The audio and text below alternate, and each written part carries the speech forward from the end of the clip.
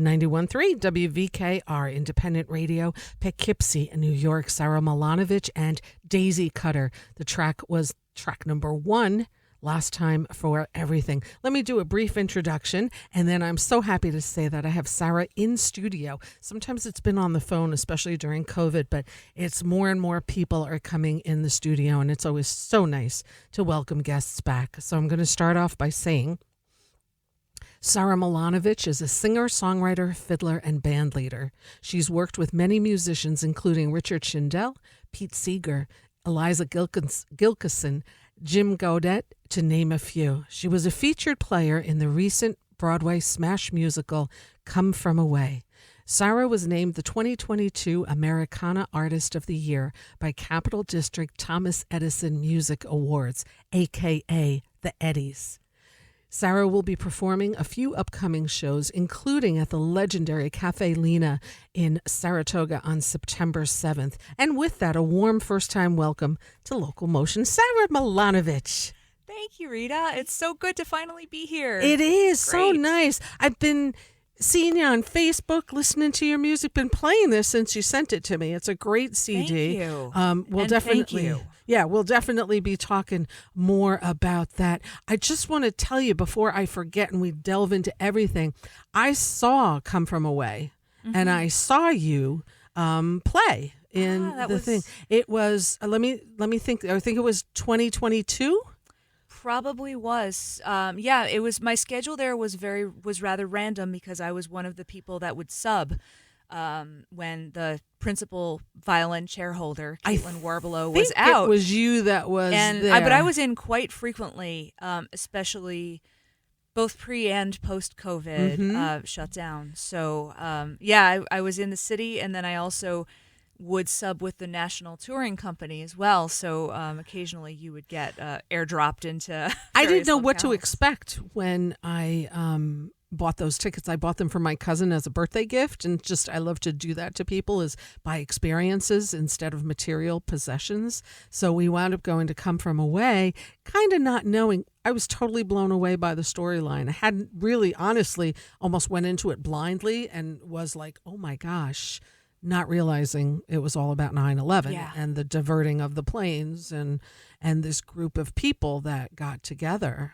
Yeah. It's really extraordinary, and I think, and I didn't know what to expect from it either, because playing on Broadway was never on my life bingo card to begin with at all. And when I first heard and saw the show myself, I was really astounded at how, yes, it's a very intense story because it takes place around the events of 9/11. Mm-hmm. And, of course, playing it in New York was an especially profound experience, an intense experience. But the way that the story is written and the way that it's performed actually show the better human nature, the better angels, and show how communities in Gander and in other parts of Newfoundland came together to just welcome stranded travelers from all over the world. And to comfort them and feed them and take care of them.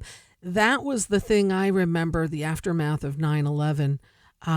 Somehow we just put all differences aside and as a nation came together and just cared a little bit more deeply for each other for a minute.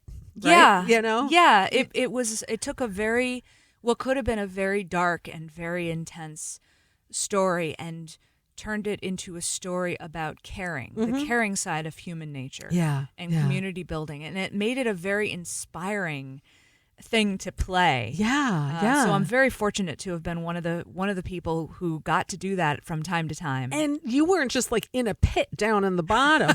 You're on the stage. The musicians were on the stage. We were, which was, those of folks who know me know that I'm not the most coordinated when it comes to things like dancing, and going out on stage and doing such limited choreography as there even was for a show like that was a particular challenge. But you overcame that challenge, and now you have that on your resume, and you can easily do that all over again. So, it's great to do that, and just learned something else. It was an amazing, remarkable experience, and not the least because I got to meet so many other wonderful people through it. Sure, yeah, And absolutely. yeah. Must have been quite the. I know a few people that are on Broadway in the pit orchestras, and it's beautiful. It's they go from play to play to play, and what a great thing! What a great thing! I don't know if I'll do that again, but if the right show comes along, I definitely would. Yeah. But I count myself really Right. grateful to have been involved. To the extent that I was as one of the half dozen or so subs that got to be part of the Come From Away extended family. Yeah. Because it was quite a life-changing experience. Yeah, I'm sure it was. I can see that. Me as an audience member, I remember going with my cousin and Christine, and afterwards we just kept talking about it, and we were both so affected by it, way more than either one of us expected, and just we went away leaving there just like this was powerful, but it also showed the beauty of human nature. Yes. Yes. So all right, Sara Milonovich, your latest album, Northeast, because that's the name of the town you're from. It's not the name of the town. I'm actually grew up in just outside of the town of Amsterdam, New York, which is just off exit 27 of the Thruway, a bit west of Albany. Yeah. And it was kind of inspired in a twofold manner. One was by the sign on an abandoned factory loading dock. Obviously, it was the Northeast loading dock. Got it. And that was part of it. But I was also inspired by having grown up and been influenced so deeply on such a steady diet of folk music, of outlaw country music, all that those kind of classic genres. When you say outlaw country music, expand. I like to use that term, or what we would call alt country or alternative country now, which is the umbrella I place myself under. Mm-hmm. And I like to use that terminology to differentiate it from what is being commercially produced in Nashville now. Right, the pop country. Yeah, the pop country, which is not what I do, but for for the people who are unable to see the picture from the studio, but I'm wearing a T-shirt now that says Linda and Dolly and Emmylou. I love that. I love that. Yeah, I commented on that after we went to before we came on air. So artists like that were huge influences on me and still are. And it was in that vein that, especially when I became a songwriter and began thinking more deeply about what it was I wanted to say. You started playing violin at 4 years old. I did. So I've been a professional musician and a fiddle player for the majority of my life. Yeah. I didn't consider myself a songwriter until my late 20s. Not that I hadn't been writing That was just things, yesterday, though. But, well, thank you. Yes, it was. But I had not, it wasn't that I hadn't been writing that much, but it was that I didn't have anything that I considered worthy of putting out in the world that wasn't tortured, angsty journal entries. Yes, and like you do at that age. Yeah. And I began thinking about the concept of not only the storytelling song tradition, which is a huge backbone of folk music, and playing with people like Pete Seeger, working a lot with Richard Shindell in the past, you definitely absorb the importance of the storytelling nature of the song in folk music. But, Emmylou Harris does that. Chris Christopherson does that. Willie Nelson does that. Right. There are so many amazing artists who do that. And I began to reflect on how much of that music that influenced me was set in the South or the West. And there's a vast vein of traveling songs and road songs, and I will get back to that a bit later because it is also pertinent to my own writing. But thinking about how much one's place influences you as a human and your own experiences, it occurred to me that perhaps the Northeast could use a little bit more representation in terms of we have a lot of the shared human struggles of most of the rest of the country. Right. And we also have a lot more snow. Right. Which is a very unique, not just unique to the Northeast, but it is something that perhaps places in the South and the Southwest don't necessarily share with us. Definitely not. Well, this is something that I should reflect upon. I love it. And hence, that was right about when I drove past that loading dock of that factory. And you okay. saw, there you go. Not that my it was next meant to be a album. concept album. I don't consider it. Right. But it's a collection of songs about a people and a place. So going back to baby Sara, and 4 years old, your grandparents apparently organized local bluegrass concerts. So you were exposed through them, through your parents, through a plethora of great music. At age 4, were they handing you a violin saying, hey, you want to play? Or were you like, give me a violin, I want to play? They handed me one after I demanded that they hand me one. And they a handed quarter me size, yes, of course. Yep, right. they handed me a guitar first, and I stuck it under my chin. Mm-hmm. And so I was very adamant, and they were big music fans, but also involved in the volunteering and organizing of the musical community in that area. And there used to be a pretty vibrant, there still is to some degree, but less so in that area. But there was a pretty vibrant scene, especially among the folk and bluegrass community, and a lot of traveling bands that are now internationally renowned would come through small towns like that. And in fact, I think I was I had not been playing the violin for that long. I was a very little girl. But I remember seeing a teenage Rhonda Vincent come through the town of Florida Town Hall with the Sally Mountain Bluegrass Show. Wow. And did you take lessons at that age? I took classical violin lessons. Suzuki program? I used the books. Uh-huh. I was not strictly Suzuki taught, Yep. but I did have a private violin teacher. Yeah. And she instilled in me the technique. Yeah. But at the same time, I played in youth orchestra as well, but my grandparents and my parents especially would take me around to these jam sessions and gatherings in the Southern Adirondacks of organizations like the Adirondack Fiddlers. And I was definitely the youngest one there by far, but I was adopted into this musical community by a group of older folks who would not only jam, but would call square dances. They would play for square dances, and that's how I learned my fiddling repertoire. A lot of it was just sitting next to them. You must have been a prodigy, though, because at 4, it takes a while to, the violin takes a while no matter what age. Yeah, you're not kidding. And all I can think of now is I'm so glad I did it back then, because when you're a kid and you have that beginner's mind, you're so enthusiastic about the process that you have no idea how terrible it sounds. It sounds for a little bit of time. My cat used to leave the room when she saw the case. The case wouldn't even have to be open, but I could carry it through the room and she was gone.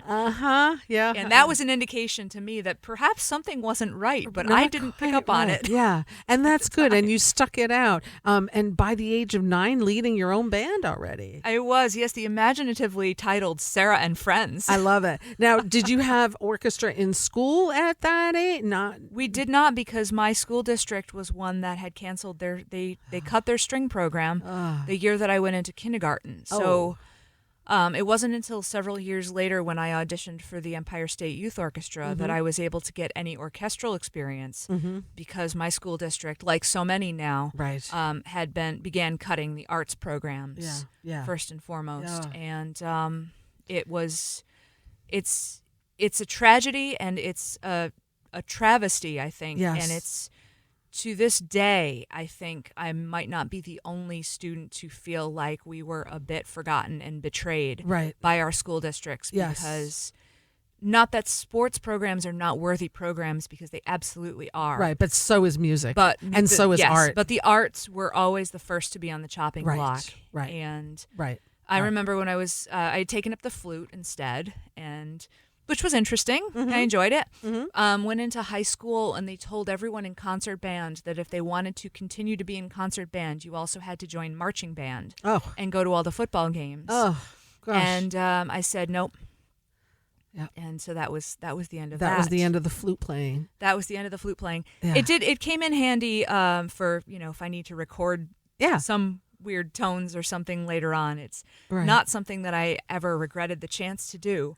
Right. But there is definitely, it makes me so angry and so sad that the arts are continually devalued Right. in the educational To system. me, it's as important as reading, writing, and arithmetic. It's all one curriculum, and the music and some schools in the area, like Red Hook, I know, doesn't have a string program, but it has a band program and a pretty rich theater program also.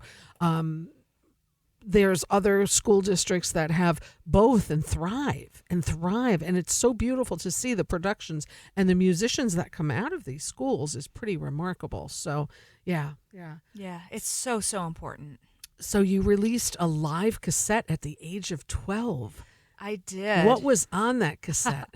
A collection of mostly traditional fiddle tunes. It was the Just cassette was solo? titled Traditionally Sarah. Uh-huh. It was myself and my long-standing mentor, both on fiddle and guitar, but he was playing guitar on that album with me, Earl St. Ange, who is 103 and a half, still playing. I guess you count the half years at that age. At that point. He's very proud of that. Yeah. But he was just inducted into the New York State Fiddlers Hall of Fame this summer. Oh, that's And wonderful. He's the only guy I ever know. I mean, forget being a force of nature on his own. And this was a fellow who played with his brothers and his father in a family band all around central New York and the Adirondacks in the 20s when he was a teenager, playing every dance, every, event, civic event, every party that needed a band.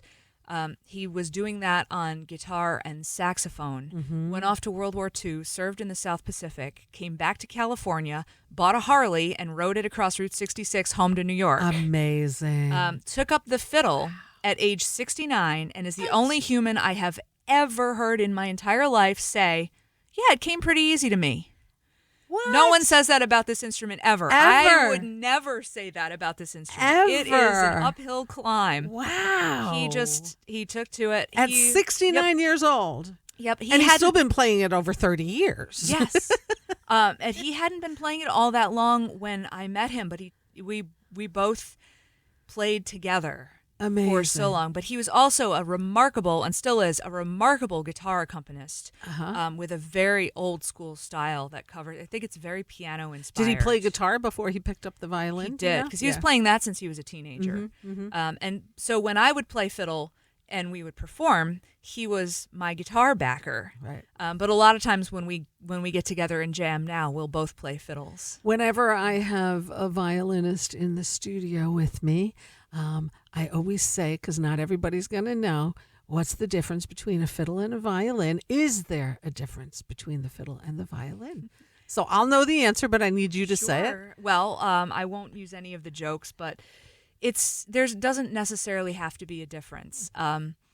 It's the style of music that's played, right? And as you and a bunch of folks know, right. In fact, when I was doing "Come From Away," one of the things that was notable to me was that I was using the same instrument, and I would be at times reading the score for the play. And then the times when we were out on stage, what we were playing was very composed, but it had to be played in a traditional Canadian fiddle style. So I was fiddling. So in that show, I both played the violin and fiddled. Isn't that beautiful? With the same instrument. Yes, exactly. Yeah. And in fact, I think if I hadn't grown up being kind of bilingual in that way, having learned both camps simultaneously, I wouldn't have been able to do something like that. So I think that's probably really advantageous to learn it classically and then go into what you're doing, because now you've got both bases covered. How many violins you got? I've only got 3. Well, they're very expensive. Those they little are, instruments. and one of them is strung with octave strings, so I use it for cello parts. But I have, nice. Yeah, so I have just the 2 main ones. Yeah. But yeah, it's at the time that I was learning and I was studying in both directions, it was not trendy to do so. Now the crossover thing, the fusion thing is very trendy and very accepted. Yeah. Which I think is awesome. It is. And because, like you said, it makes you a well-rounded artist, Yeah. makes you a better rounded player, and it develops different parts of your brain Right. at the same time. So And it's different hearing, too. Yeah. Different, just... it's just good for you as a human, I Right. think. Right, right. And so I'm grateful I had that experience as well, because Yeah. it has enabled me to be so much of a better musician Right. later in life. Right, and to be able to read the music and all of that. Yeah. No, that's undoubtedly It's something. It's great, but I think if you're doing whatever brings you the most joy, then that's the most valid. Absolutely, you know, absolutely. and- I have had professional musicians sit there that are can't read music to save their life. To save their life. Oh, the fiddle players back then, the old timers used to say, Yeah. there was a joke, can you read music? Yeah, but not well enough to hurt my playing. Yeah, exactly. That kind of thing. yeah. And there was of course much snobbery from the classical side as well. Yes, So, yes, of course. I'm happy that people are getting along better now. Yeah, it's it's all beautiful music, and music is music. So yeah. The age of 16, you joined a legendary bluegrass band. Talk about your decision to do that and how you even got the opportunity to do that. I think I got the opportunity through mutual friends in the Capital District. Mm-hmm. And the McCrells were one of the original bluegrass Celtic fusion bands with Kevin McCrell's really great original songwriting as well. And they were in need of a new fiddle player at the time, and I auditioned and was really the quality of the players in that band was really inspiring, and it was the best kind of advanced learning that you could get. Masterclass. It was, because you were on the road, and I've heard this in many other interviews too, but you learn so much by playing with people who are better than you. Sure, of course you do. And How else can you learn? yeah, it was an amazing higher ed Uh-huh. kind of experience. Yeah, And yeah. also to learn a lot about being on the road. Right. Right. They were great. It was a great band in terms of a great bunch of guys. And to be out there and have that experience and play hard. And was that every the first night time you had a recording session also? No, the first one was when I was 12 when With I put your live with cassette? my cassette tape, because we did I love that. we cut it live, but we did it all in a proper studio. Oh. We just went in and Oh, okay. just banged out the takes right. one after another Right. and cut it right to cassette. I love And it. Oh my gosh. So it felt like a performance Right. in a way. Sure. But, mainly because we hadn't thought about the fact that you could go back and do it again. Mm-hmm. But it wasn't live in the way that there was an audience or anything. It Right. was a studio recording. Right. But right. we did it just in that. in that moment, in that moment. take. Yeah. Yeah. Yeah. And then with the McCrells, you recorded 2 albums. And was that your first time in Ireland? It was my first time in Ireland with Yeah, them. Yeah, yeah.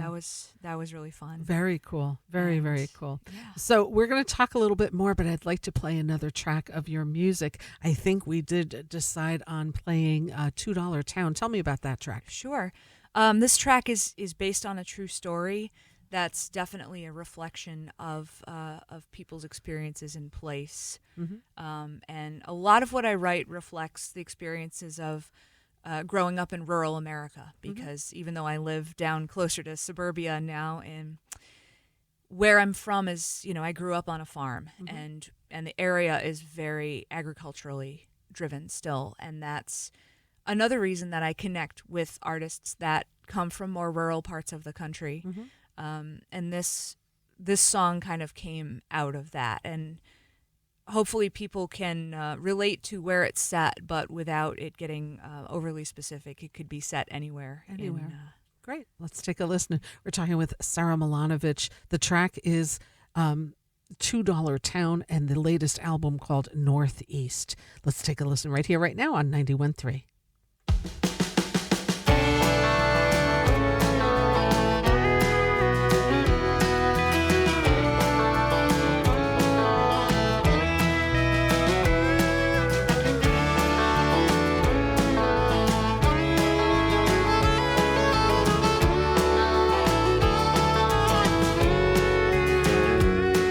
Got $1 million view of a $2 town. The street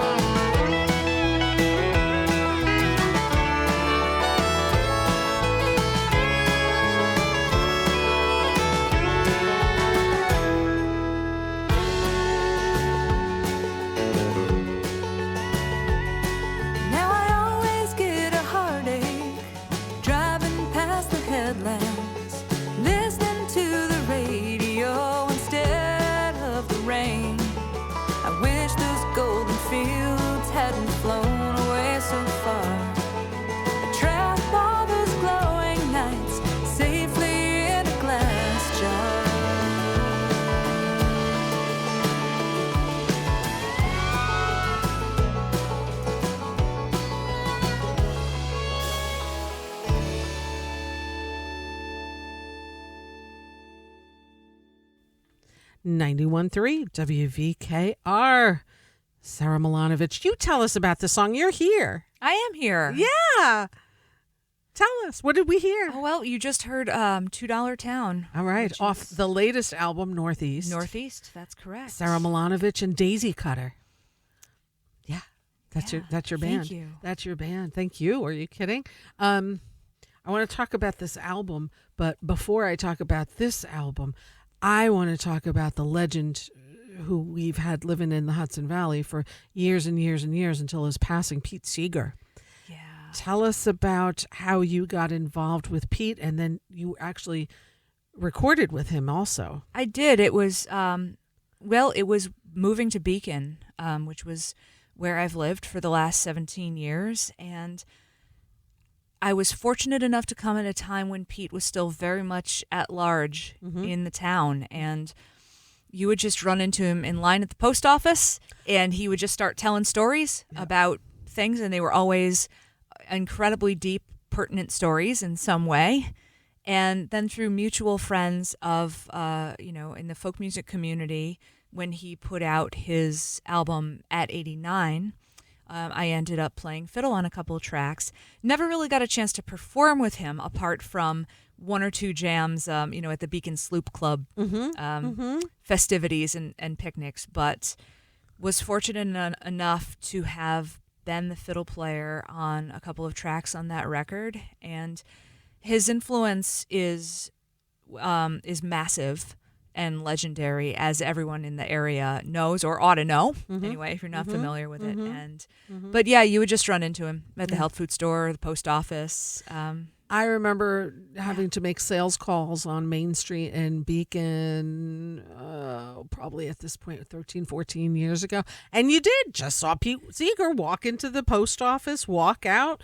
If you said hello, he'd stop and talk to you. I remember running into him. Remember when the Hop was in Beacon? Yes. Sitting there drinking a beer. He'd sit and talk to you. And I remember one time, this was the cutest time, at the Town Crier where that big painting is of Pete Seeger. He was literally sitting there underneath the painting. He gets up. I was standing by with Phil. He gets up, comes over and starts talking to us. I'm like, Mr. Seeger, it looks like you just walked out of your painting. Oh, no, that painting's not correct. That mountain should not be there. And that there, and that was done when I was very much younger. He was 89 when that painting was done. That was, it was a remarkable time to share a town with a remarkable human. Yeah. And so I'm fortunate to have I always think there. Since I met him, like, what would Pete think or what would Pete do now? Yeah. And we are so lucky to have had him on this planet, and the effect that he had on the Hudson River and on just doing good and just being a gentle soul and just, when you're in his presence, when you were in his presence, I don't know, I just felt calmness. I just felt a sense of peace and just a sense of you wanted to not talk and just listen to him. Yeah, because you were going to learn so much. You didn't even know what, but you were going to learn something. You were going to learn something. That you were going to be better off for having learned. Yeah. And that inspiration is still, I run around the park that I run. That's one of my running routes in Beacon. Used to be the dump in the 70s. It used to be on fire, and it's been cleaned up, and now it's Pete and Toshi Seeger Memorial Park, and that's where the Sloop Club has their festivals and stuff now. And beautiful down there, the riverfront park. It's beautiful. Oh, gosh, yeah. But I was thinking of this a couple weeks ago when after threatening to do so for over a decade, I jumped in literally and took part in the great Newburgh to Beacon swim. Oh, you did? I did. Wow, courageous lady. And it was amazing to do that and to think about how much people like Pete and his influence made it possible for 200 of us to swim in the river. And to celebrate, 50 years of the Clean Water Act, and to be able to do that. And so when I think, especially when you're an independent artist or an independent work, doing anything for yourself, working for yourself, being a creator or just owning your own business, and it's a lot. It's a kind of steep hill some days, and to just get up a morning and go, I don't Yeah, I don't know. I don't know if I can get anything done. I don't know if anything I do makes a difference. You can run down to a park that used to be a literal flaming pile of garbage and see what you can one, do. well, two people, because Right. Toshi was right there. They were partners. None of it would have happened without Toshi. Right. But 100%. But to look at what two determined people could do, not just by themselves, but by the community that they built. And that's a really fortunate gift to be able to leave humanity. Yeah. No, did he leave a mark. Talk about a life well lived and a purposeful life, and just, I had Happy Traum on the show last week.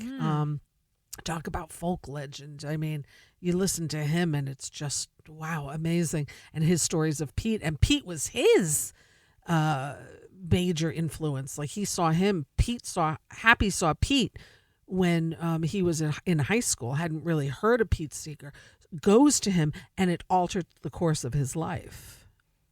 By watching him in concert, listening to Pete talk, it just like, it changed Happy Traum, to just follow the folk music and all of that. So I'm sure that Pete Seeger had that effect on so many people, many people. So, absolutely. Well, you're a very lucky lady that you got to work with him, and what a legend. And to say that you worked on an album with Pete is a pretty cool thing.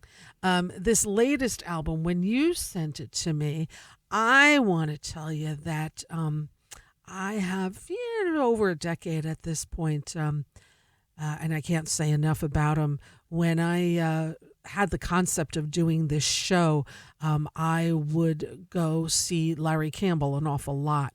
And I would always say, Larry, I've got this idea, man. I don't know what to come of it, but like local, and I just want to do this radio show and just expose people to the plethora of venues that we have here and the musicians that we have here. And Larry said, there's nothing like that in the Hudson Valley, really, that's focuses just that. And he's like, when you get that show, not if. Larry Campbell said, when you get that show, you let me know and I'm going to be your first guest. Larry and Teresa were my first guests on the show. They are magnificent. The intro music to my show is from Larry. I will never change it unless Larry sends me another Larry track. And that's what I told him. I said, anytime you're ready, because Justin sent me that track, Surrender to Love, from Larry and Teresa, and it's just obviously not the vocal, just the audio, right? And I said, Larry, anytime you want to send me something new, I'm good, but until you send it, I will never change my intro music. So I see that on the inside of your cover, that I believe that Larry Campbell also had an introduction with you to Justin Gwip. Yes. How did you meet Larry? I met Larry years ago through Richard Schindel and Lucy Kaplansky, and that's how I met Larry and Teresa. Through them, I met the marvelous, magnificent Justin Gwip. Justin better be listening to this. Yeah, Justin. Yeah. And Justin is not only an incredible engineer and audio person, but an incredible drummer as well. And this album, Northeast, owes as much to Justin as it does to my writing or my producer and partner Greg Anderson's arrangement and production and direction. Right. But Justin is the third spoke. Right. Of the wheel. Of this album, and he's just a marvelous human being and an awesome chef, and I mean a great bartender and an amazing bartender. He just does an it's awful like, lot Justin, of stuff what the really heck? Really well. What the heck? I also want to say Justin is also the drummer for Larry and Teresa, and also is the drummer for Hot Tuna, who is now doing their last final Electric Hot Tuna tour this fall, starting like next week. So Justin Gwip will be part of that. And Hot Tuna, of course, is going to be at UPAC doing their final show, electric show there with Justin Gwip. So Justin, heavy ties in the area. Yes, go see them. Mylan Hill Studios in Red Hook. And he works with a lot of people that are unknown, people that are known, everybody in between. He has a great way of getting the music out there, and just he's got a great ear. So He truly does. Yeah. And I'm especially excited, even after having had Northeast come out of that process. Next week we're diving in again, Woo-hoo! and we're gonna be heading up to Justin's studio again to start whatever the next thing is. Beautiful. I don't have a title or anything yet for. You must have some songs ready. I do. Unlike Northeast, I didn't have a title or a concept. That's okay. Yet. It'll this come is out. Just going to be a little more organic, but we are heading up to Justin's to start whatever that next process is going to be. I was going to say you've got a few days because then he's going to be on tour with Hot Tuna. Yeah, it was actually the only week that he could squeeze us in between going out on the road with Hot Tuna and finishing Larry and Teresa's in Spain. Right. Well, that's an awfully good sandwich to be part of. Yeah, that is definitely wonderful. Wow. So yeah. Well, that's congratulations. And of course, when that album comes out, here we are. And you come and back. I won't be a first-time guest anymore. No, I'll not say that. But it's still nice to have first-time guests. But it's rare. But it's really nice to be one. to have the first-time guests. I love that. Also, which was pretty cool, talk to me about this 2011 tour with the U.S. State Department and Jazz at Lincoln Center. That was remarkable. So it was myself and Greg who produced Northeast and is my guitar player and partner. The two of us and our friends from the Saratoga area, John Kirk and Trish Miller, who are multi-instrumentalists in the more traditional folk styles. John is an amazing fiddle player, mandolin player, guitar player, and singer. And Trish is an old-time clawhammer banjo player and clog dancer. And I've worked with them and known them for well over 25 years or some number something up like there that. like that. Something like that. And we've played together many, many times. And we went as part of the State Department. We went as musical ambassadors. How'd you get affiliated with the State Department? There was a program which is actually an offshoot of the old Jazz Ambassadors program. Okay. And so at this time it was still under the auspices of Jazz at Lincoln Center. That's how. And we auditioned for it. Wow. It's the State Department still runs it now. It's administered by a different arts group, so it's no longer affiliated with Jazz at Lincoln Center. But we were in one of the final years with that, so we got to. Cool. We got to do that. We toured Eastern Europe for a month. We went through Kosovo, Moldova, Bulgaria, and Turkey. Wow. Which was a remarkable cross-cultural experience. I bet. It was pretty darn cool. Oh my gosh, what a great experience to be able to do that. Wow. Yeah. Sara really Milonovich, glad. man. You got a couple shows coming up. I do. In fact, next week is kind of a busy week for us. So you're going from the studio up to Cafe Lena? We are. We're going right from Justin's. Not right from Justin's, but, we'll go home first. But Wait, why go to Beacon if you're in Red Hook?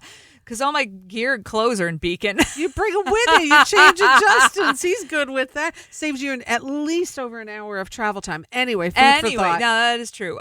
So we are going to be at Cafe Lena in Saratoga on Thursday, September 7th. Next week. That is next week. And then the Saturday, the 9th, we are going to be out in Connecticut. We're going to be in Middletown, Connecticut at the Buttonwood Tree Performing Arts Center, which is a debut show for us. We haven't been to Connecticut in quite a while. Oh, so, that's awesome. Connecticut peeps. Tri-state peeps. Tell people what your website is, please. My website is saramilonovich.com. It's my name. If you don't want to spell it, just Google it. And social media as well, of course, all of those I'm things. on the things. I see that you're with the going to stuff. one of my favorite countries in the world, the Netherlands. Yes. This is a venue that we have played in the before times, pre-pandemic, and we were actually scheduled to go back in the spring of 2020. Mm-hmm. Obviously, that did not happen. Not happen. And for various logistical reasons, including the pandemic and those effects on both of our countries, it has taken us until now to reschedule this date. So we are going back next spring. Beautiful. Of 2024. Yep. And I love touring Europe because of I think the arts are more integrated into everyday life Yeah. there than they are here. Yeah, I think you might be right. I yeah. think you might be right. And they just love the American style of music, whether it be jazz or blues or fiddle or whatever it is. They're just open to different genres of American music. So it's pretty cool that you're bringing it over there. And Netherlands has some of the friendliest people I've ever met. They're marvelous people. Yeah. Yeah. And the food is fun. Yes. And we'll likely be touring not only the Netherlands but also a bit into Germany and Switzerland as well. Yeah. And it's really great to be over there, and it's really great to. I'll be there in April of next year. So if you happen to be in the same area, my family's from Germany, so I grew up there the first 8 years of my life. And I usually fly into Amsterdam and boom, go there and then do a little. We might thing. just be ships Wouldn't passing. that be funny? Oh, but we'll see. We'll see. You never know. You never know. Crazier things have happened.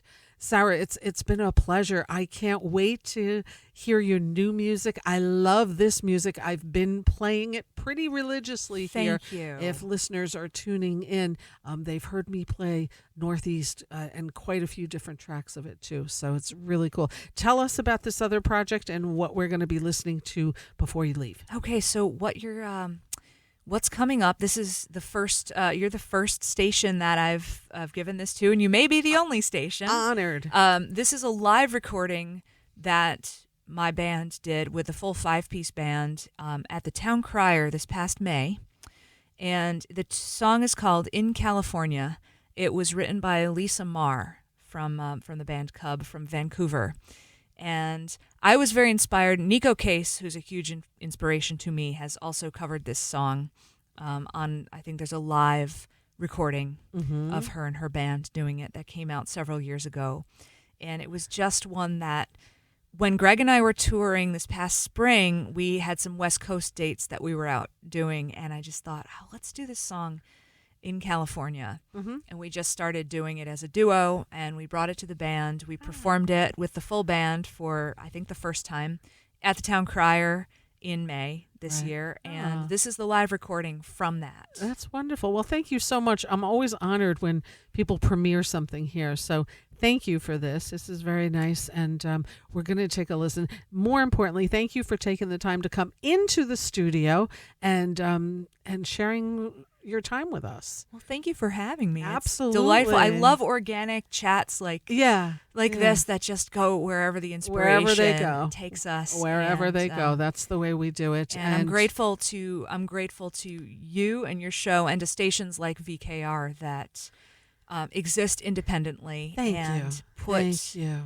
put the word and put the community together and highlight, because you're right, there's so much going on in the Hudson Valley creatively and being one of the ties that bind us. Yes. Also, well, thank you. Long live indie radio. It is, long live indie radio. And by the way, people, I'll get it out there. We do one pledge drive every year. We're doing one in 2 weeks. If you feel so inclined to support the station, please do so. In the meantime, thank you, Sara Milonovich, for being my guest today. Let's take a listen to a few more of her tracks, and then we'll start off during the 5 o'clock hour. Sara, thank you. And let's take a listen to some more music right here, right now on 91.3 WVKR.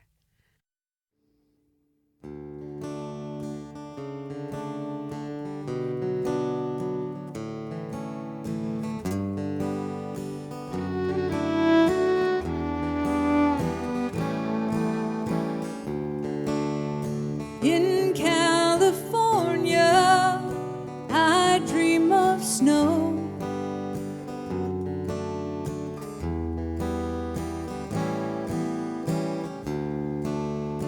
And all the places we used to go, with the night falling down, with the night falling down. Now I'm living in Koreatown, waking to the sound of cars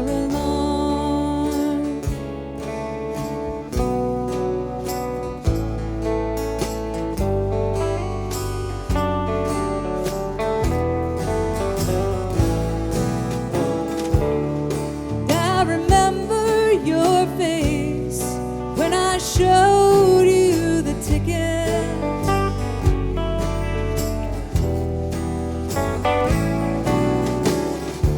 Said you were happy for me. Your heart wasn't in it.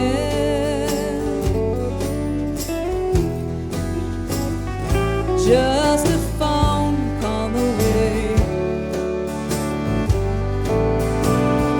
Now there's nothing to say. As the days roll by, disconnected, in a land where the sun's always shining, I'm crying alone. Palm trees are laughing at me.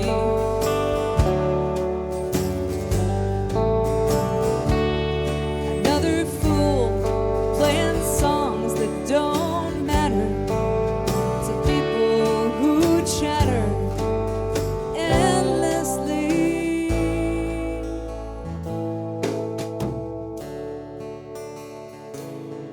Another suicide on the 405.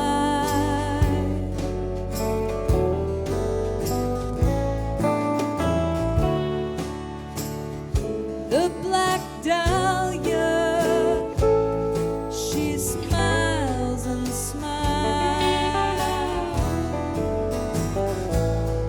It's the same old town that bled her dry. One more starlet, one more time, bound to make it do or die.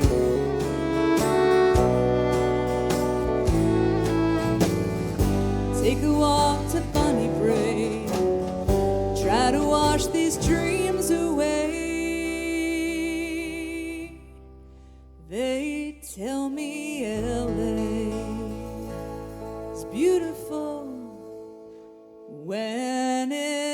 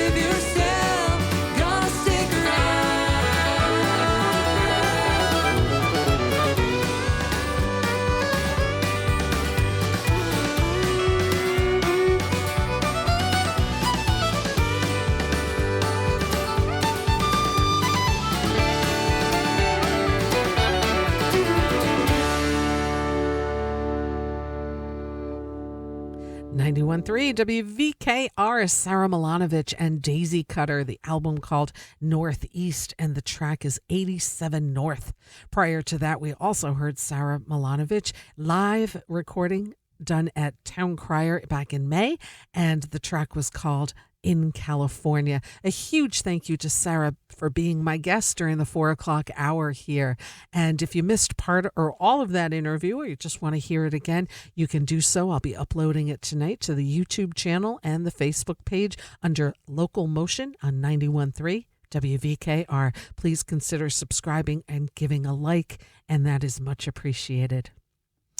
And it is 5:03. You are tuned into Local Motion on 91.3. We air live each and every Wednesday from 4 to 6 p.m. I am your host, Rita Ryan. This show is all about music of the Hudson Valley. We talk to musicians that live here and those that come here to perform in our venues, as well as those coming to record in our area recording studios. So Sara Milonovich breaking the big news. She's going back into the studio next week, and she'll also be performing up at the legendary Cafe Lena in Saratoga next Thursday, September 7, as well as in Middletown, Connecticut on September 9th at the Buttonwood Tree. SaraMilonovich.com, and you can also check her out on social media. Keep up with all her really cool music. And what we do here on Local Motion each and every hour where we don't have a guest, we start off by paying tribute to Tony Falco from the Falcon in Marlborough. He passed away October 27th of 2021. Hard to believe, but it's coming up on 2 years. He left many things, among them a really cool playlist or two. And so every week I just take a track off his playlist and play it, and to take a few minutes to think about him, to honor him, and to learn more, because I'm always learning still from Tony and about his great love of so many different styles of music. Let's take a listen to this from Tony's playlist. This is by Cat Power, the album called Dark End of the Street. I think you'll know the track. We'll talk more after we take a listen. 91.3 WVKR. I've been loving you a little too long. I don't want to stop now.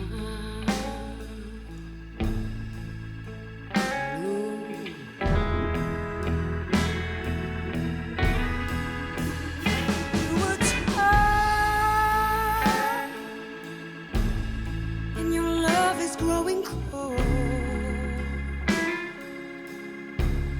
can't stop now. So fear goes on.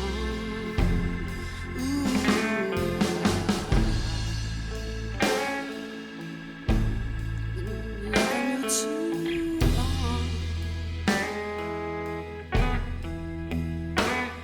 Just can't stop.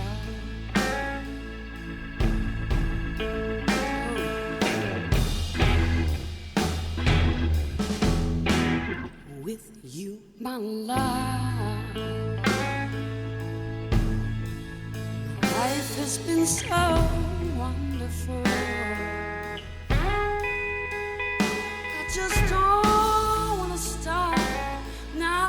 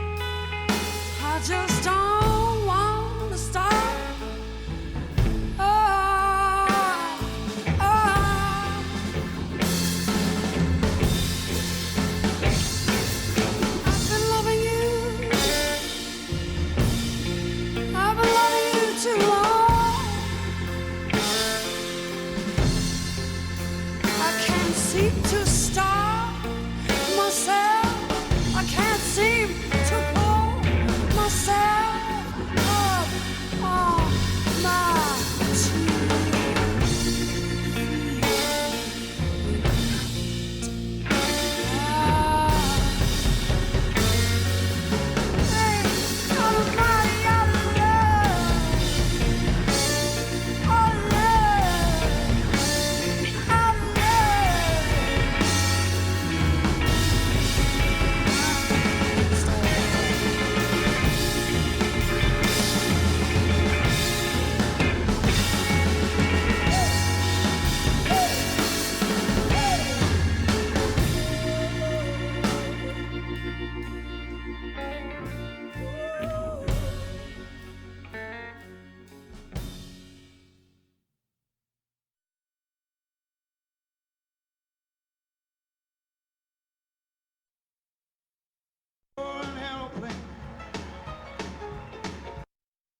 When I first saw this guy, I couldn't believe that he could take other people's songs and with that unique voice of his and that phrasing, claim them for his own. And then over the years, he came back to the Bay Area and eventually came back with Mad Dogs and Englishmen and gave us some of the great nights that we've ever had here.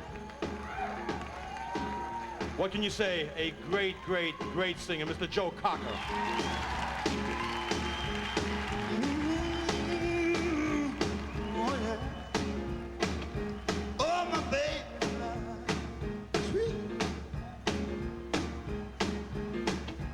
Give me a ticket for an airplane. I ain't got time to do no festering. Oh, the lonely days are gone. I'll be back home now. Oh, baby, just wrote me a letter. I don't care how much money I gotta spend. I'm gonna find a way back home again. Oh, the lonely days are gone. I'll be right home. Baby, write me a letter. She wrote me a letter. Said she's gonna do when I'm no more. Listen to me, mister. Don't you ever run, my baby was mine. Anyway, give me a ticket for an airplane. I don't have time to take no fast train. Oh, the lonely days are gone. I'll be right home. Baby, wrote me a letter. She wrote me a letter. Said she's gonna live, but I'll be no more. Won't you listen to me, mister? Don't you ever ready for my baby was mine. Give me a ticket for an airplane. I ain't got time to take no fast train. Oh, the lonely days are gone. I'll be right home now. Baby, wrote me a letter. Did you love me? The one who wrote it to me. Said that you need me so bad. My baby wrote me.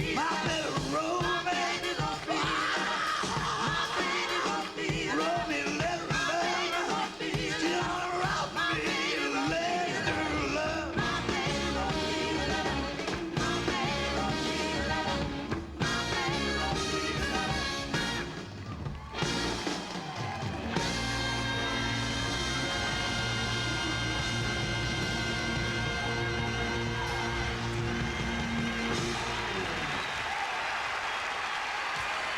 Yes, yes, that's how it's done. 91.3 WVKR. Of course, the legendary voice of Joe Cocker, the album The Letter. This was performed live in 1986 at the Fillmore West. The voice that you heard introducing Joe Cocker and band was the one and only Bill Graham. And featuring Eric Parker on drums, who is a Hudson Valley neighbor to us here. So Eric Parker was a guest on the show here quite some time ago. Got to have him back, but he played with Joe Cocker for many years and toured all over the world with him. Eric Parker and his family are great musicians, all of them. They're going to be playing part of the Parker Brothers extravaganza at the Falcon this Saturday night. And I unfortunately won't be able to make it this weekend, but boy, I tell you, I've seen them perform live and they are so much fun. So the Parker Brothers extravaganza is happening on Saturday. All you have to do, you never have to buy tickets. All you have to do is book a reservation, and it goes by donations. So who will be playing is Chris Parker, Eric Parker's brother. So they're all Parker brothers. That's what it's called, the Parker Brothers extravaganza. Chris Parker played with Miles Davis, Paul Butterfield, the Brecker Butters, so much more. Tony Parker has played with Joan Osborne, Mary Travers, and a whole bunch of New York City funk bands. Eric Parker, whom we just heard on drums, played with Joe Cocker, Stevie Winwood, Bonnie Raitt, Lou Reed, just to name a few. Also, Nick Parker, he played with Orleans and Todd Rundgren, and Robert Andrew Parker, the father, will be celebrating his 96th birthday, and hopefully will be playing drums with them. So this is going to be called the Parker Brothers Extravaganza, happening this Saturday, September 2nd, at the Falcon in Marlborough. You just have to go give them a call to make a reservation, or go to their website at liveatthefalcon.com. Again, no tickets needed. Everything there goes by donation only. Started the hour off, which is what we do each and every hour here where we do not have a guest, by playing a track from Tony Falco's playlist by Cat Power. We heard the album The Dark End of the Street. The track we heard was I've Been Loving You Too Long to Stop Now, which of course you've heard many times by many various different artists. But that's what we do here every week, is just play a track from Tony's playlist, because there's some pretty cool music on there, I tell you that. And let's see, it's 5:15. You are tuned into LocalMotion on 91.3 WVKR. The next two musicians, the next two tracks we're here will be musicians that will be playing at the Town Crier in Beacon this Friday night. One on the main stage, one on the salon stage. Let's start this off with the Poussette Dart Band, May You Dance. Let's take a listen at here right now on 91.3.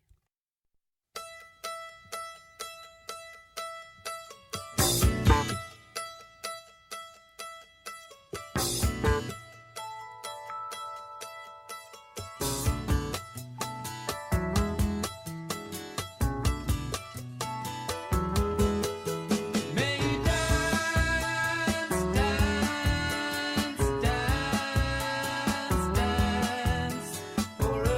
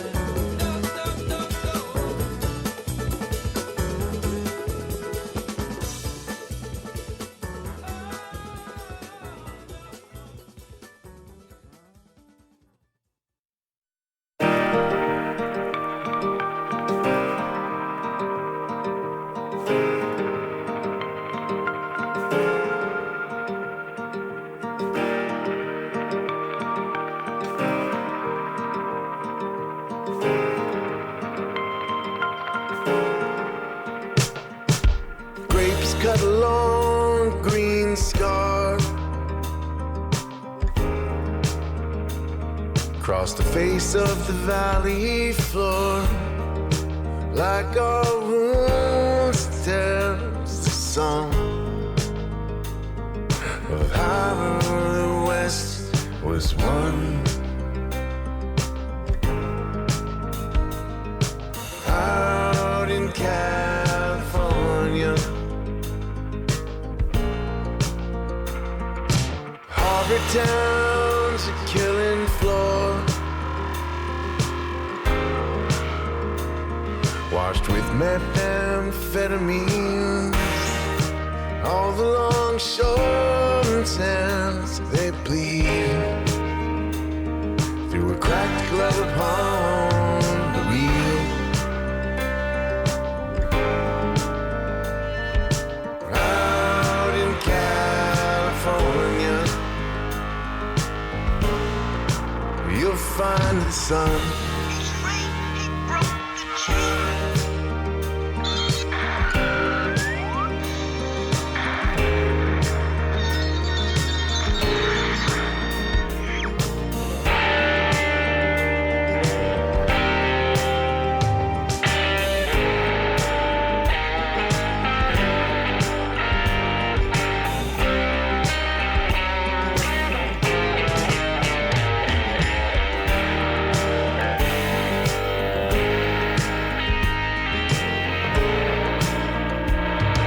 And up north, the capital gain. Make the rules for everyone. The man with a suit and a chain. He's with you. He's with you. Then he's gone. Crowned with a head full of thorns. Sodom and maybe Gomorrah. Out in California, they spend their nights in bars, and they ride off in a stretch limousine. Maps to the movie stars.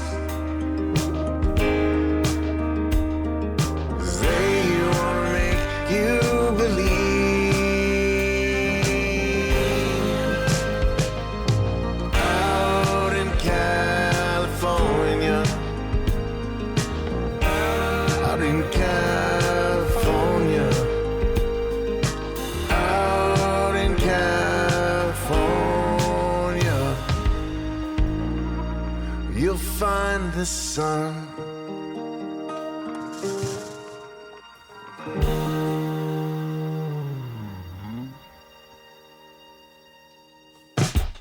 .3 WVKR. Mark Delgado, his latest release called Wildwood Road, California was the track.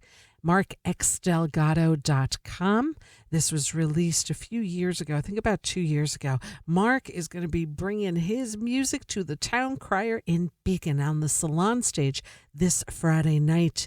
You don't need to buy tickets to go to the Salon Stage, so you can just show up or make a reservation and check out towncrier.com. Mark Delgado this Friday night on the Salon Stage. I believe those shows typically start around 6:30.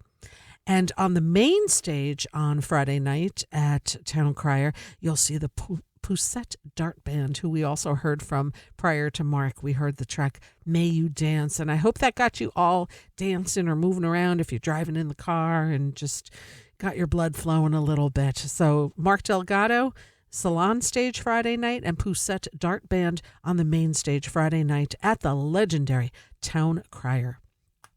Some great live music happening in Woodstock tonight. It's going to be a rockin' house at Colony because Shelley King is celebrating her birthday today, and she is going to be there with some of her friends. And boy, when these three women get on stage together, it's pretty intense. So Shelley King is going to be joined by Carolyn Wonderland and Cindy Cash Dollar. So let's take a listen to Shelley King right now. again, she's celebrating her birthday today. If you're in and around the Hudson Valley or Woodstock area tonight, Colony Woodstock is the place to go. Check these ladies out. Let's take a listen right now to Shelley King here on 91.3.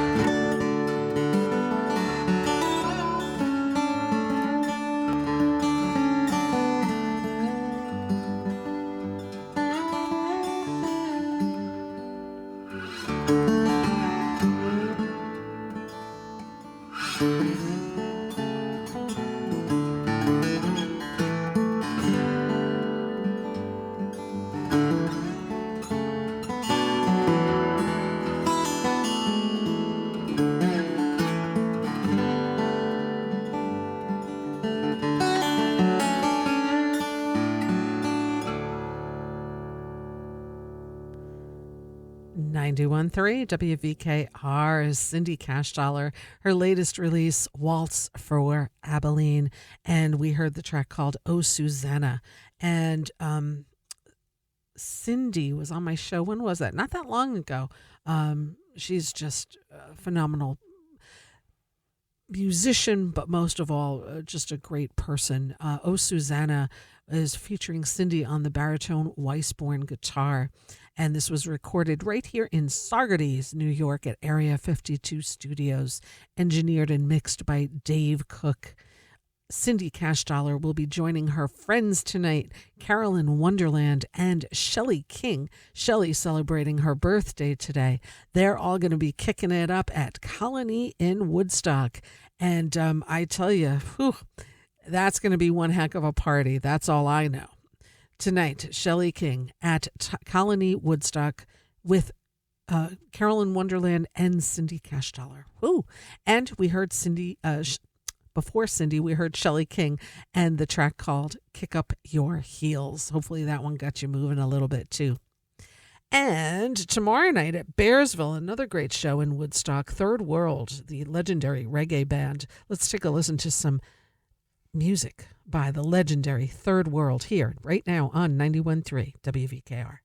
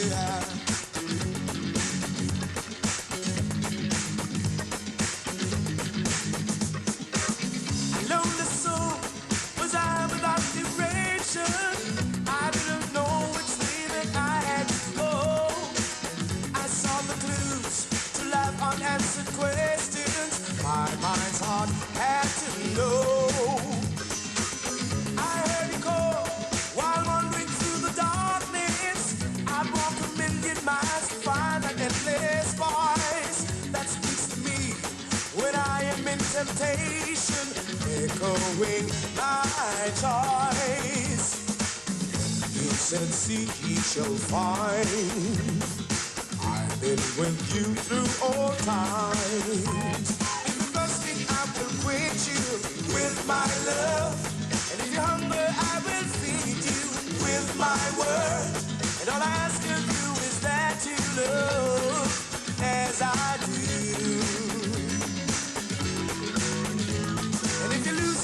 I'll lead you to my love. From a sinful life I'll cleanse you in my love. For creation there's a weakness of my love. You know that, you should know it's time for the world to try love. The only love that can bring peace in love. So won't you try your love, love.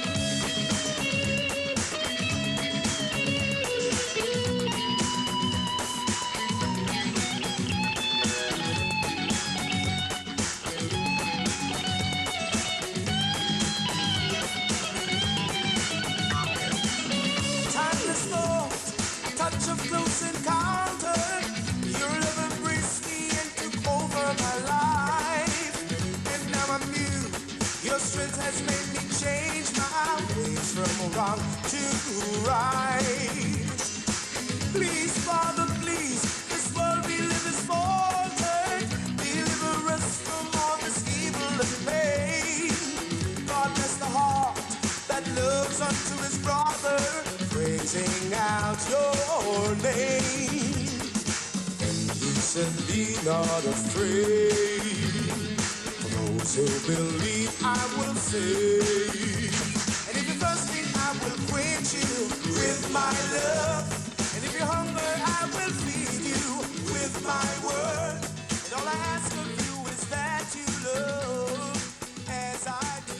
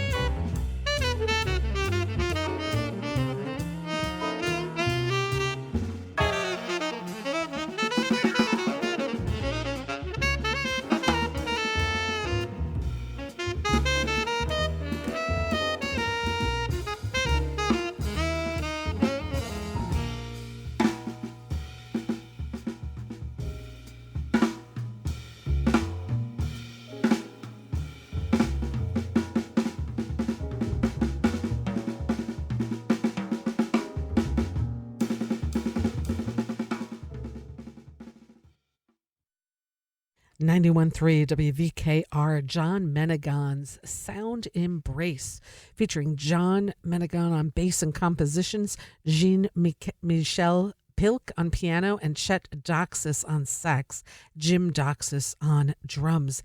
This group will be performing next Friday, September 8th, as part of Jazz Stock, which happens at the Senate Garage at 4 North Front Street in Uptown Kingston. Tickets and info at jazzstock.com. Again, that is John Menegan's Sound Embrace, Friday, September 8th. We also heard Third World, legendary reggae band. Their album released in 1982 called You've Got the Power. We heard Try Ja Love.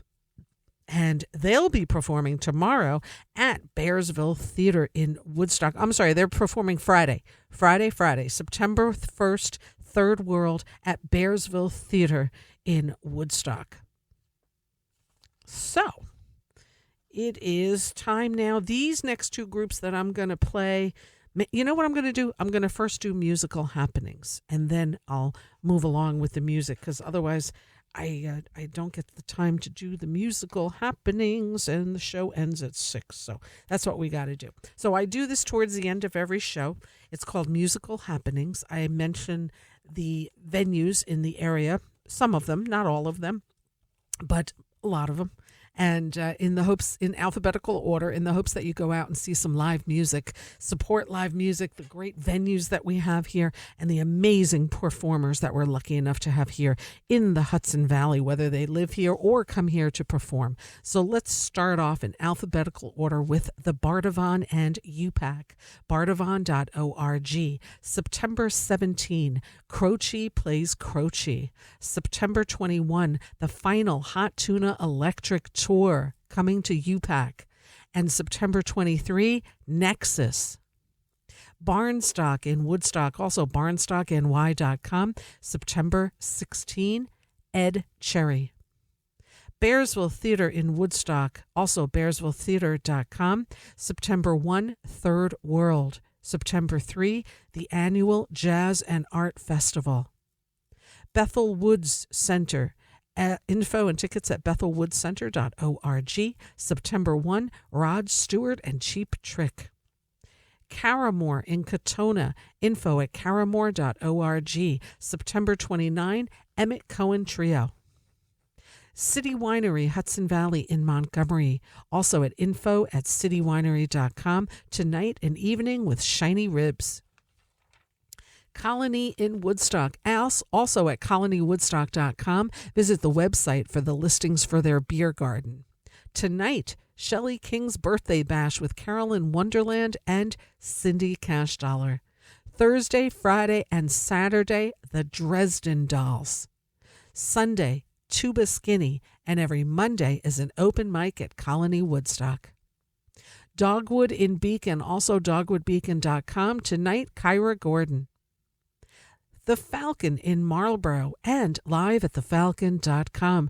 Thursday, Brian BSKI Colazzo presents Intervision's 50th anniversary celebrations. Friday, Glenn David Andrews. Saturday, the Parker Brothers Extravaganza. And Sunday, Patrick Zimmerly. The Fisher Center at Bard College. Info at thefishercenter.bard.edu. September 9, the Bread and Puppet Theater. Howland Chamber Music Circle at Howland Cultural Center in Beacon. Tickets and info at howlandmusic.org. September 17th, opening show with Juilliard String Quartet. Jazz Forum in Tarrytown, also info at jazzforumarts.org. This Friday and Saturday, September 1 and 2, 2 shows each night with Dave Stryker Quartet. Jazz Stock in Kingston at the Senate Garage. Info at jazzstock.com. September 8, John Menegan's Sound Embrace. And folks, there's a new venue in town. It's called The Local in Saugerties. September 20th, opening show with the orchestra Poussette Marcel Duchamp. And that's on September 20th at The Local in Saugerties. Also September 27th, Tableau Flamenco. Levon Helm Studios in Woodstock, also levonhelm.com. September 1, Anders Osborne. September 2, the Helm Family Midnight Ramble. September 3, Sam Evian. Maverick Concert Series in Woodstock. Tickets at maverickconcerts.org. September 1, the Short Play Festival. September 2, Bill Charlap Trio. September 3, Ames Piano Quartet. Opus 40 in Saugerties. Tickets and info at opus40.org. September 1, Akwesasne Freedom School Benefit and Celebration. September 2, Rock, Paper, Scissors, Puppetry, Performance, and Workshops. The Stissing Center in Pine Plains, also thestissingcenter.org. September 9, Verona String Quartet. Tarrytown Music Hall in Tarrytown and at tarrytownmusichall.org. September 7, the Kingston Trio. September 9, Beth Orton and the Pneumatic Tubes. Town Crier in Beacon and towncrier.com. Every Thursday is an open mic. Friday on the salon stage, Mark Delgado. Friday on the main stage, Poussette Dart Duo. Saturday on the salon stage, Robert Tellefson Band. On the main stage, Simply the Best, a Tina Turner tribute. Sunday brunch with East Coast Jazz. Sunday evening with Guthrie's Ghost, Magpie, and other special guests. Walkill River Center for the Arts Music Series. Info and tickets at walkillriverschool.com. September 17, Neil Nail Alexander. Last but not least, folks, tickets are on sale for the 24th Annual Woodstock Film Festival, which runs September 27th through October 1st. 28 feature films, 26 feature documentaries, 9 world premieres, 7 U.S. premieres, and 8 live music performances. Tickets and info, woodstockfilmfestival.org. Whew. That's what I got, folks. That's what I got. Now, let's play some music. These next two bands will be playing at the Bardavon and UPAC. Let's start this off with Steve Reich's Nexus here on 91.3 WVKR.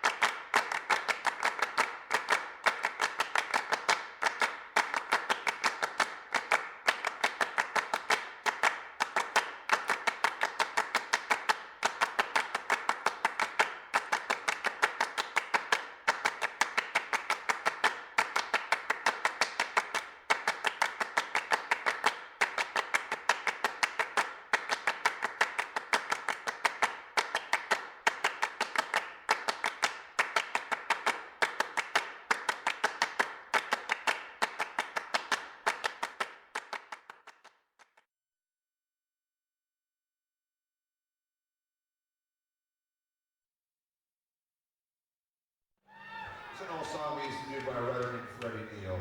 You may or may not remember. From New York City he was. It's called Other Side of This Lane.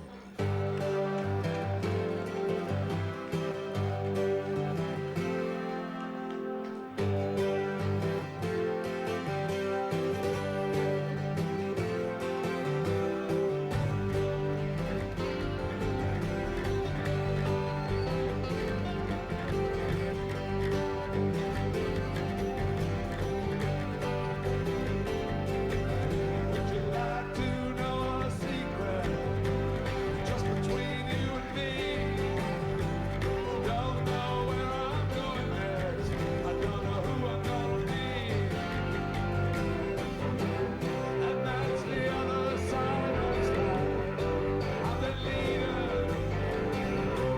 Yeah, that's the other side of this line.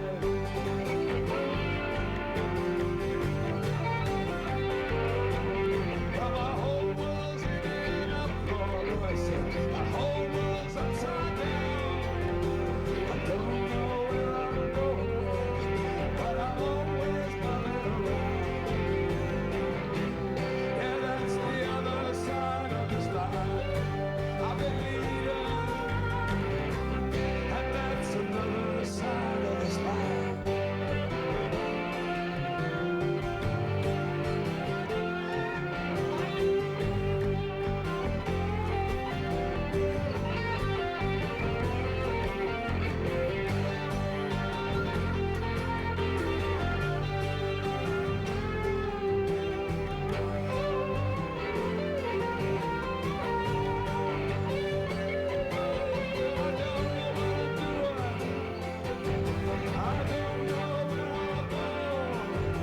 I think I'm gonna get me a sailing ship, sail the Gulf of Mexico.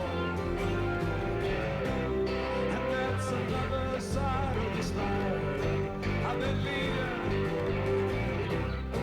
Yeah, that's another side of this line. Sail Mexico, sail away.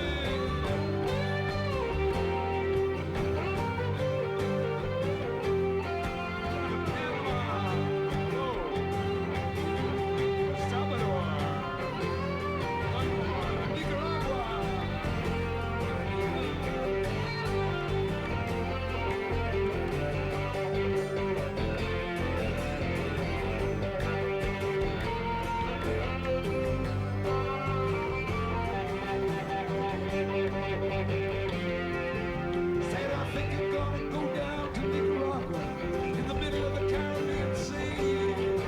They got love and life, light and children. But Nicaragua will be a place to be. And that's another side of this line. I'm the leader. Yeah, another side of this line.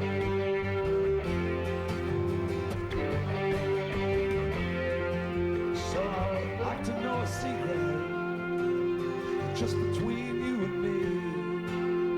I don't know where I'm going next, don't know who I'm gonna be. And that's another side of this line. Yeah, that's another side of this line.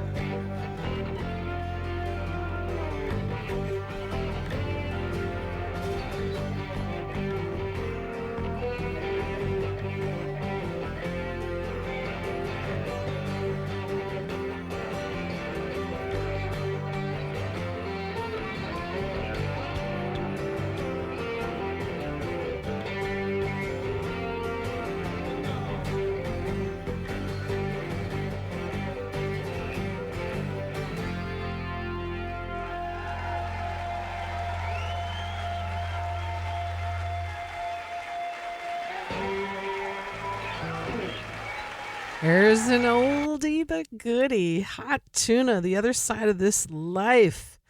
They're going to be playing the final Hot Tuna Electric shows this fall. They're making a stop at UPAC, also known as Ulster Performing Arts Center in Kingston, on Thursday, September 21.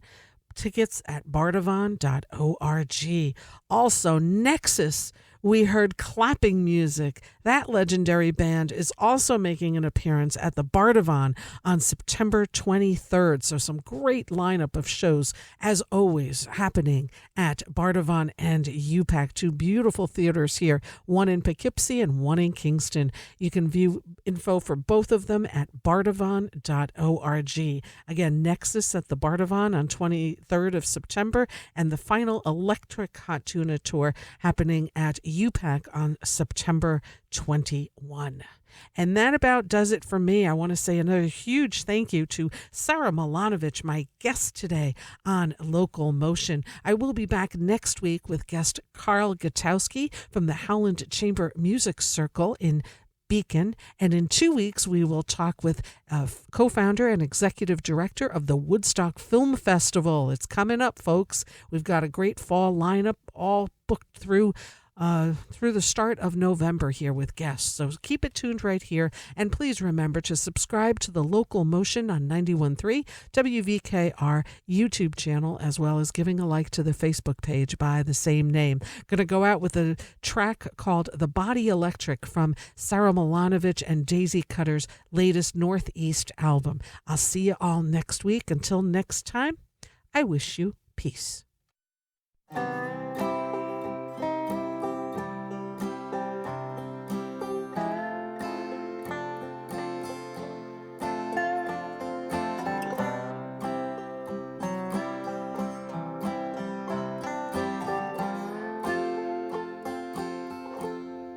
Said you're gonna shoot me down, put my body in the river.